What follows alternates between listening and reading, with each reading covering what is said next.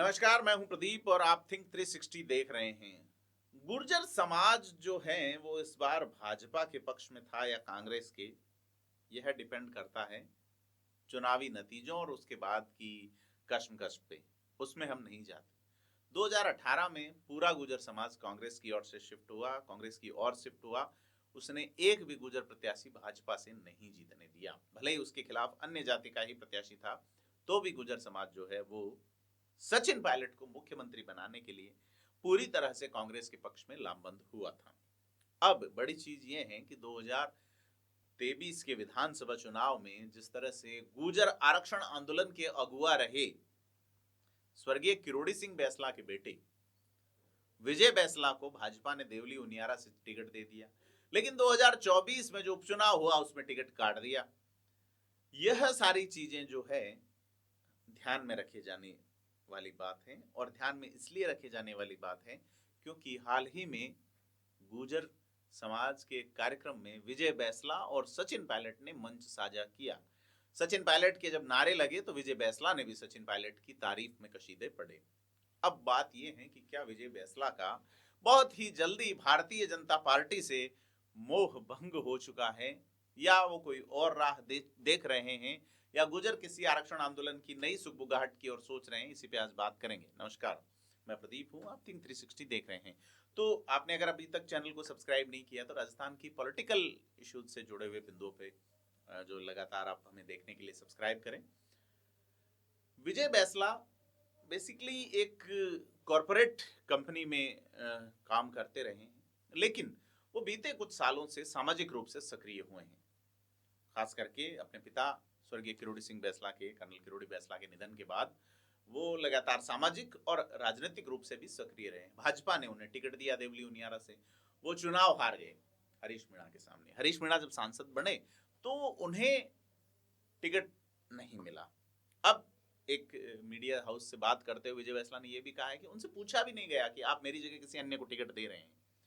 उनसे जब बात की गई कि आप फ्यूचर क्या सोच रहे हैं, भाजपा में अपना क्या भविष्य देखते हैं, तो उनका यह कहना है कि भाजपा ही देखेगी उनका क्या भविष्य है। तो कुल मिला के चीजें जो है वो सीधी सटीक दिशा में नहीं है। गुर्जर समाज के एक प्रमुख बड़े नेता, भाजपा के बड़े स्तंभ रहे प्रहलाद गुंजल कांग्रेस में जा चुके हैं, और इस बार कोई भी गुर्जर नेता कैबिनेट में नहीं है। यानी कि जरूर जवाहर सिंह बेडम जो है वो राज्य मंत्री हैं, लेकिन कैबिनेट में कोई गुर्जर समाज का व्यक्ति नहीं है। अशोक गहलोत के वक्त में देखें तो जब सरकार बनी थी तो सचिन पायलट उप मुख्यमंत्री बनाए गए थे, अशोक चांदना मंत्री बनाए गए थे। इसके अलावा देवनारायण बोर्ड और तमाम चीजें जो है उनमें एक भूमिका रही थी, लेकिन इस बार यह नजर नहीं आ रहा।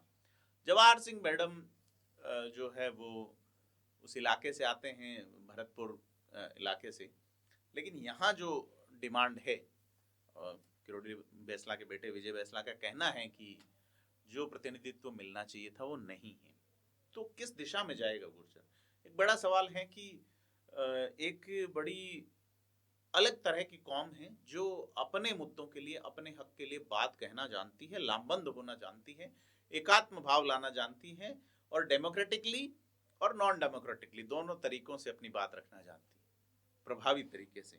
ऐसे में विजय बैसला के ये जो सुर हैं, हालांकि उन्होंने ये बात कही कि सचिन पायलट और वो जाति के मंच पे तो आ ही सकते हैं साथ में, लेकिन सचिन पायलट और विजय बैसला का कोई अगर गठबंधन बनता है और सचिन पायलट विजय बैसला को कांग्रेस की ओर ले जाते हैं, और इसमें अगर बड़ी भूमिका ये रहे कि यूथ क्या सोचता है इस समाज का, जो कि अब सोचने लगा है, इन सब के बीच में पॉलिटिकल सिनेरियो क्या बनता है?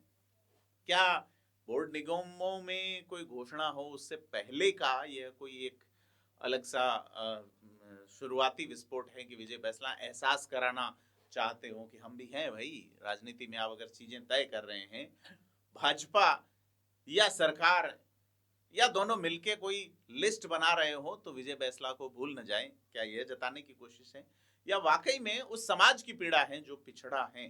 क्योंकि विजय बैसला ने यह भी कहा है कि 1.25 साल में कोई मुकदमा वापस नहीं हुआ, 9वीं अनुसूची में डाले जाने वाली बात नहीं हुई, तमाम चीजें हैं, लाइन समाज वाली ही है, लेकिन बेसिक डिमांड क्या है इस पे बात की जानी चाहिए। आपको क्या लगता है, कमेंट करके बताएं, और वीडियो को लाइक शेयर सब्सक्राइब जरूर करें। धन्यवाद।